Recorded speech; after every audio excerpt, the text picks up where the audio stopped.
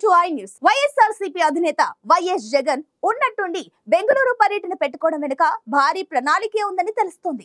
తన రాజకీయ ప్రత్యర్థి చంద్రబాబు నాయుడు ఇప్పటికే ఎన్డీఏలో ఉండడంతో తాను రాజకీయాల్లో ఏకాకి కావద్దని జగన్ భావిస్తున్నట్లు సమాచారం. అందుకే కాంగ్రెస్ నేతృత్వంలోని ఇండియా బ్లాక్ లో చేరిపోవడానికి ప్రయత్నిస్తున్నట్లు తెలుస్తోంది.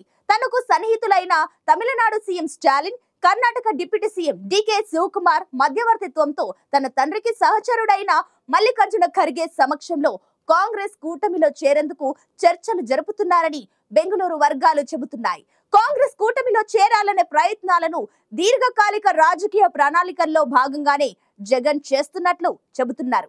ఆంధ్రప్రదేశ్ అసెంబ్లీ ఎన్నికల్లో ఊహించని ఓటమిని ఎదుర్కొన్న వైఎస్ఆర్సీపీ భవిష్యత్తును చాలా జాగ్రత్తగా తీర్చిదిద్దుకోవాలని ప్రణాళికలు వేస్తోంది. దేశ రాజకీయాల్లో తాను ఒంటరిగా మిగిలిపోవద్దని, ఏపీలో కొత్తగా కొలువుదీరిన చంద్రబాబు ప్రభుత్వాన్ని ఎదుర్కోవడానికి భావసారూప్యం కలిగిన పార్టీల మద్దతు కూడా అవసరమని జగన్ గట్టిగా నమ్ముతున్నారు. తన రాజకీయ ప్రత్యర్థులైన చంద్రబాబు, పవన్లకు చెందిన టీడీపీ, జనసేన ఇప్పటికే ఎన్డీఏలో ఉన్నాయి. వారి పలుకుబడి కేంద్రంలో బాగానే నడిచే అవకాశాలున్నాయి. మోదీకి ఇప్పుడు జగన్ అవసరం ఎంతమాత్రం లేదు. ఈ పరిస్థితుల్లో తాను ఒంటరి పోరాటం చేయడం చాలా క్లిష్టతరమైన పని అని జగన్ భావిస్తున్నట్లు తెలిసిందే. పైగా తనపై ఉన్న సిబిఐ కేసుల విచారణను వేగవంతం చేసే అవకాశాలు పుష్కలంగా కనిపిస్తున్నాయి. 2024 ఎన్నికల్లో ఓడిపోయినప్పటికీ దేశవ్యాప్తంగా ఇండియా కూటమి గణనీయమైన ఫలితాలు సాధించింది. 2029 ఎన్నికల్లో అధికారం చేజిక్కించుకోవచ్చని ఇండియా కూటమి ఆశాభావంతో ఉంది. జగన్ కూడా అందులో చేరి వారి పోరాటంలో భాగం కావాలని యోచిస్తున్నారని సమాచారం. ఏపీలో సెక్యులర్ ఓటు బ్యాంకు జగన్ వైపే ఉందని భావిస్తున్నారు. కాంగ్రెస్ కూటమిలో చేరడం ద్వారా secular vote bank, minority vote బ్యాంకును మరింత పటిష్టం చేసుకోవచ్చని జగన్ ఆలోచిస్తున్నట్లు సమాచారం.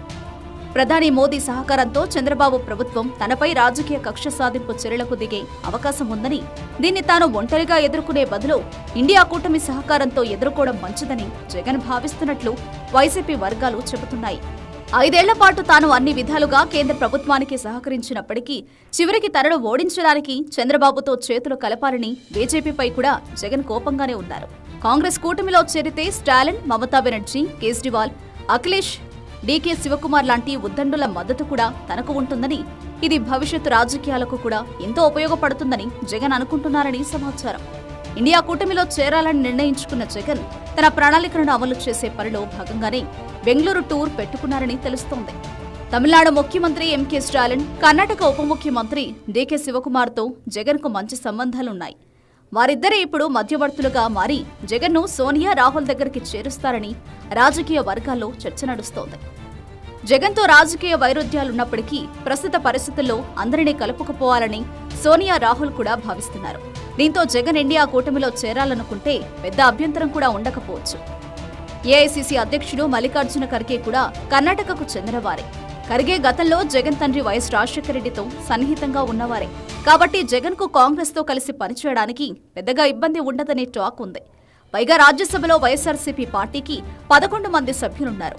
ఇవి కూడా ఎన్డీఏను ఇరుకున పెట్టడానికి ఇండియా కూటమికి ఉపయోగపడతాయి. అటు కాంగ్రెస్ పార్టీకి జగన్ లాంటి ప్రాంతీయ శక్తుల అవసరం ఉంది. జగన్ కు జాతీయ నాయకుల సహకారం అవసరం ఉంది. దీంతో ఇండియా కూటమిలో వైఎస్ఆర్సీపీ చేరే చర్చలు రాబోయే రోజుల్లో జోరందుకుంటాయని భావిస్తున్నారు. బెంగళూరులోనే కొద్ది కాలం ఉండి తన రాజకీయ భవిష్యత్తు ప్రస్థానానికి సంబంధించిన కీలక నిర్ణయాలు తీసుకున్న తర్వాతనే జగన్ ఏపీకి వస్తారని ఆయన సన్నిహితులు చెబుతున్నారు.